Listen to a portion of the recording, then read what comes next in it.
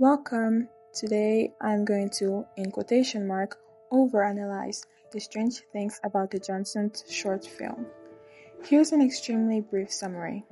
The son sexually abuses and manipulates his dad, which leads the dad to his death, and the mother then kills her son. We're gonna start off with the mother's eyes symbolism, which appear 2 times in the film.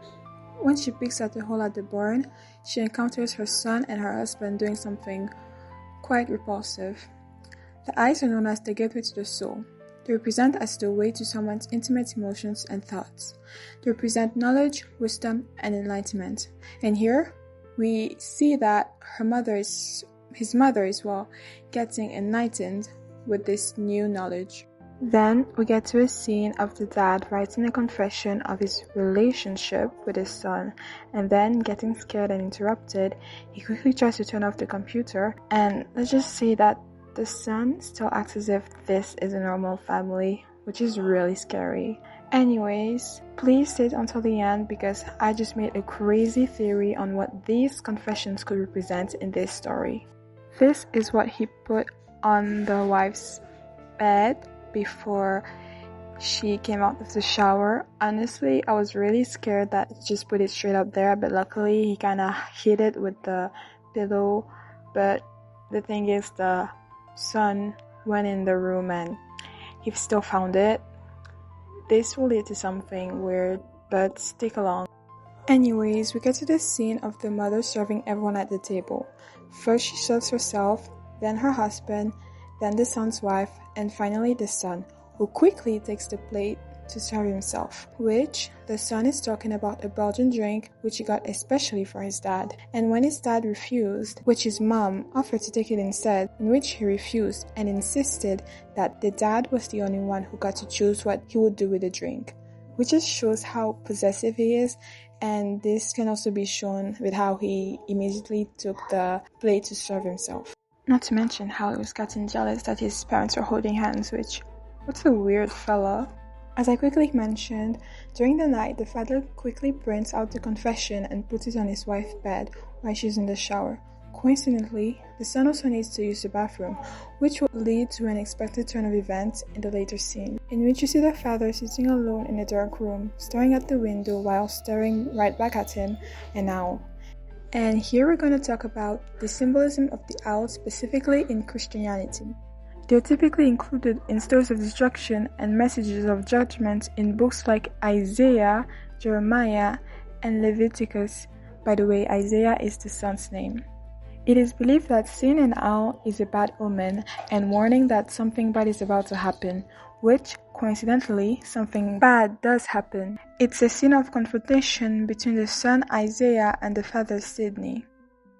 Next is the gruesome scene of the bathtub, where the son directly rapes his dad, and where downstairs the mom can clearly hear his screams, but chooses to ignore them by turning up the volume.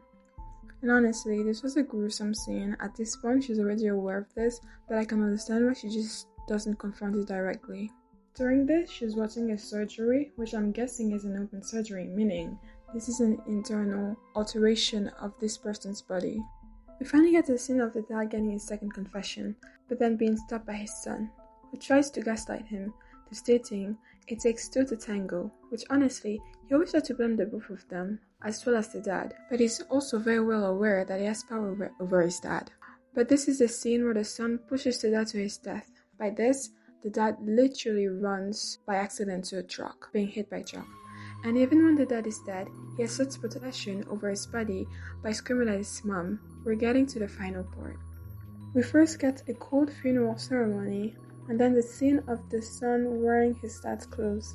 And here I'm going to speak specifically about the color symbolism, the clothes color symbolism. In this scene, the red is emotionally intense, considering that the dad just died, and it still shows the dominance and power the son has on his dad, as well as his appetite to have more. It also shows the impulsiveness of the son and his confidence and as well as provocative attitude, as well as dangerous, as it is an indicator for the next scene. Now at the final scene, the mother finally confronts her son, but first he's passive-aggressive, Then he tries to gaslight her, and when those don't work, he finally snaps and gets aggressive, which leads to a fight and the final straw. She finally killed her son, and here I'm gonna talk about some symbolism I found that is crazy. I'm not going to be very accurate here, but here's what I'm going to summarize and lean on. The book of Isaiah describes how God will make Jerusalem the center of his worldwide rule through a royal savior, a Messiah, who will destroy the oppressor. And here's another inaccurate but short summary. Isaiah was someone who spoke out against corrupt leaders and the disadvantaged. So here I've made up the assumption that God needs someone to save Jerusalem, which is the land that he'll need to rule the world, right? But he'll need the savior, the Messiah, to destroy, kill the oppressor that's ruling and hurting the land. So I've already made a theory that obviously the oppressor is the son Isaiah, the royal savior, the Messiah, is the mother, Jerusalem is the father, Sydney, and finally, here's the crazy part, the God in this theory is the Confessions. So, the Messiah is supposed to destroy, which here clearly means she's supposed to kill her son, who is the oppressor of this land that she needs to protect. But then, how did she know she needed to protect this land? Well, obviously, as I said, the husband tried to send signals through the Confessions, which is the God that want to protect the land, Jerusalem, which is the father. But as we know the story, the mother failed because she did not want to confront anything. So, it didn't go as planned. The oppressor killed Jerusalem.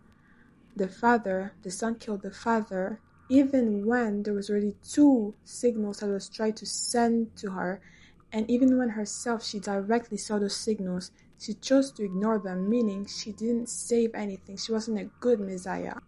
And as you know, finally, the mother burns the confession, which means she killed the God, so everything is dead at the end of the day. The only thing remaining is the Messiah, who didn't do her job on time and didn't save anyone, but rather, to stop this, she destroyed the proof of her failure, the Confessions. Anyways, that's it for the video. Thank you so much for watching. I was so bored that I decided to watch it and also come up with my assumptions. This was such a fun thing to discover and to make theories on. Please like, I guess, and I probably won't be making more, but this was fun to do again. And yeah, that's it. Bye.